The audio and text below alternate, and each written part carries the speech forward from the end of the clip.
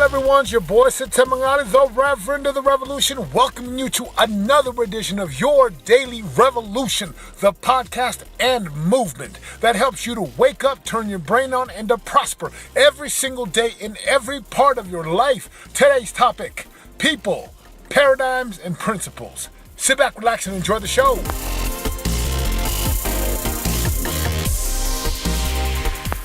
I love my life. This shouldn't be a surprise to you. By the time you're listening to this podcast, and if you listen to a handful, you understand that I've got a passion for life, for living. Now, am I on fire every day? Of course not. I'm not on fire every day. There's days and even weeks and months where I go through what I call a drift. But in today's episode, I'm going to share with you 3 very powerful things and distinctions that will help you to be, just happier. More successful. We know that happy people are successful. And successful people, when they do it the right way, they're happy. I mean, this whole point of life was to find joy and happiness, to create, to contribute, to get along, to love. So here we are. Number 1, people. I want you to understand something, right? And before we even talk about people, let's talk about paradigms. What's a paradigm? A paradigm is like a perspective. It is the way that you view the world. More than a perspective, it's the lens by which you view the world. The lens by which you view the world. This was coined, this phrase, paradigm shift, by Stephen R. Covey, where he talks about a father and his kids getting on the subways and the trains, and the kids are all over the place, and people are getting highly irritated and really annoyed. And finally, one person says to the man on the train, "Listen, man, can you get your kids under control? Jeez." And he kind of didn't hear, and then he said, "Oh, excuse me? Oh, yeah, well, their mother just passed away, and I don't think they quite know how to take it." You see, when you hear the story, the people who were annoyed and angry and upset, they had what was called a paradigm shift. The way that they saw what was happening shifted. They had an entirely new lens placed upon their eyes. So if you take a look at people, paradigms, and principles, let's just take a look at paradigms first. What is the paradigm by which you view the world?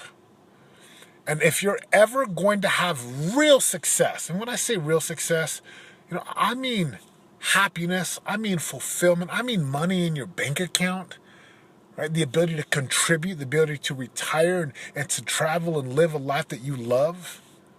I mean being physically strong and being able to overcome adversity and sickness. That's what success is, and more than success, the word prosperity. If you're going to have ultimate prosperity, my friend, listen to me. Yes, I'm talking to you. You must learn to have a paradigm shift.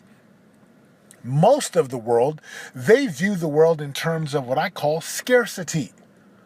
They have the scarcity paradigm. It's a world where there's lack, there's not enough, there will never be enough, only so many people can prosper and succeed. There's a lack of resources, there's a lack of love, and it's just a world of scarce resources and scarcity.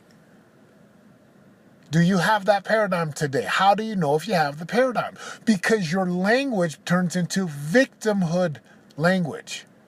Scarcity is driven by fear and doubt and lack at the core of its existence. Which means what? If you believe that there's not enough, typically you're saying, I'm not enough. And if I'm not enough, the only way for me to get something is to tear other people down. And the only way to do that is I've got to pull them down so I can feel better. You'll hear it in their language such as, there's never enough, and they'll turn into victims of circumstance, victims of their neighborhood, victims of, as if they're not in charge. The neighborhood they grew up in, mom and dad, the color of their skin, the divorce, the sickness, what happened 10 years ago, that's why they can't prosper today. That's why they cannot make it today.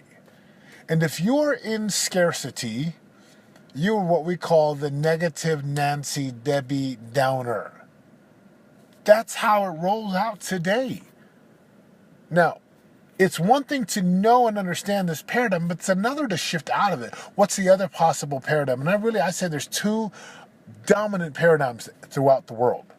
There's one of scarcity driven by fear, lack, and doubt. But the other paradigm is the abundant mentality, the abundant paradigm, which means there's more than enough. In this paradigm, this way of seeing the world, you are more than enough. You have what it takes.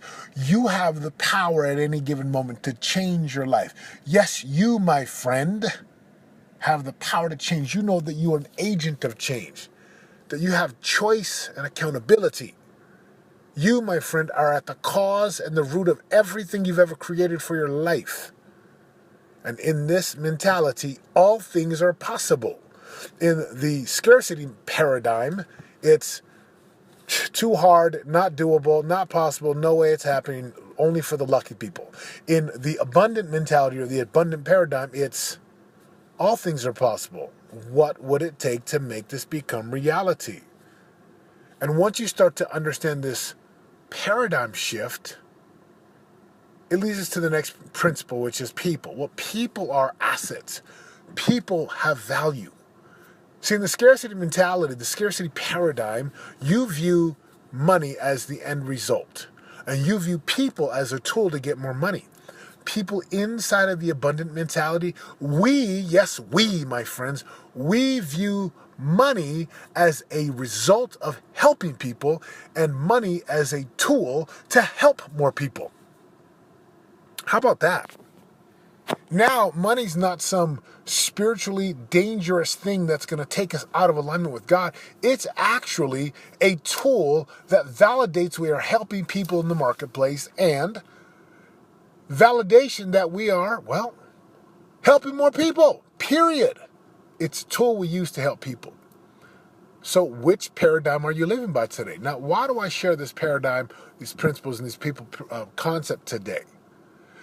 Because you can read all the books that you want, you can listen to all the trainings you want, but if you live in a world of scarcity and your paradigm and frame of perspective is scarcity, lack, fear, doubt, not enough, it doesn't matter what you read, it doesn't matter what you study, because all you will ever see are things that are impossible and not available for you because you weren't born with a silver spoon in your mouth, and maybe you've lost it all. Like when I lost everything, I thought, man, is this it?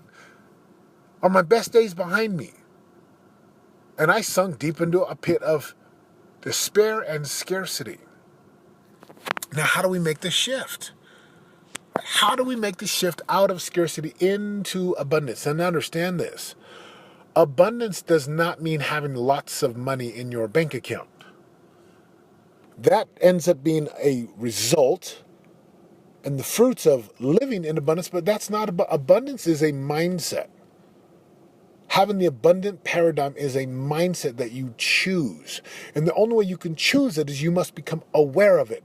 And the only way to become aware of it is you have to be open and have eyes to see and ears to hear. This is what Jesus talked about when he said, he who hath eyes to see, let him see. He who hath ears to hear, let him hear. And he that hath a heart to comprehend, let him understand.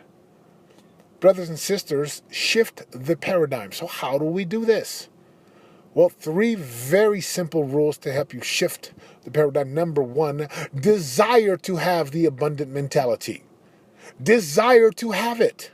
Yes, desire means you want to be in abundance. Number 2, really simple. Listen to people and study people who live in abundance. And you can tell by what they produce and the words that they use and how they live. These people are not driven by fear. They're not even driven by competition. They know that there's 7 billion people out there. And they know that there's more than enough resources out there to get the things that you want. So number 1, desire to have the abundant mentality. Number 2, listen to and study the people who have this abundant mentality, this paradigm of possibility. And number 3, start asking powerful questions. Start asking powerful questions. The first question to start using is, what would it take? I even shot a podcast about this specific question. What would it take? Tony Robbins says that you want better answers, ask better questions. So the questions I begin to ask are, well, how can I afford to do that? What can I do to get the resources to pay for that? What would it take to be able to do that? to lose the weight, to get stronger? What would it take? And inside of that question alone becomes a possibility. It typically is not there because of the script that we run and the story that we run, because we've been trained, taught, and educated to believe in scarcity as if scarcity is true.